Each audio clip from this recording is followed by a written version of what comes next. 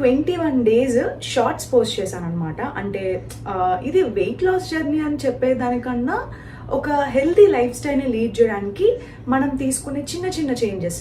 So వాటికి సంబంధించి అంటే ఆ చేంజెస్లో మేజర్ పార్ట్ వచ్చి ఫుడ్ హ్యాబిట్స్ అనమాట. సో ఆ ఫుడ్ గురించి లైక్ చిన్న చిన్న రెసిపీస్ కావచ్చు, లేదంటే ఫుడ్ హ్యాబిట్స్లో ఎలాంటి చేంజెస్ తీసుకొచ్చాను అన్నది బేస్ చేసుకొని ఒక 21 days నేను వీడియోస్ పోస్ట్ చేశాను అనమాట. సో నా వెయిట్ అంటే డే 1 నా వెయిట్ వచ్చి 64 kgs 100 grams ఎంతో ఉన్నాను.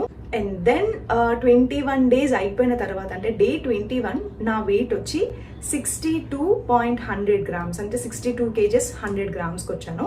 సో ఇప్పుడు ఎగ్జాక్ట్గా అయితే 62 kgs ఉన్నాను. సో ఇది అంటే ఈ 21 daysలోనే నేను చూసిన చేంజ్ అనమాట. ఈ 21 daysలో నేను పెద్ద వర్కౌట్స్ ఇవి కూడా కష్టపడిపోయింది కూడా ఏం లేదు.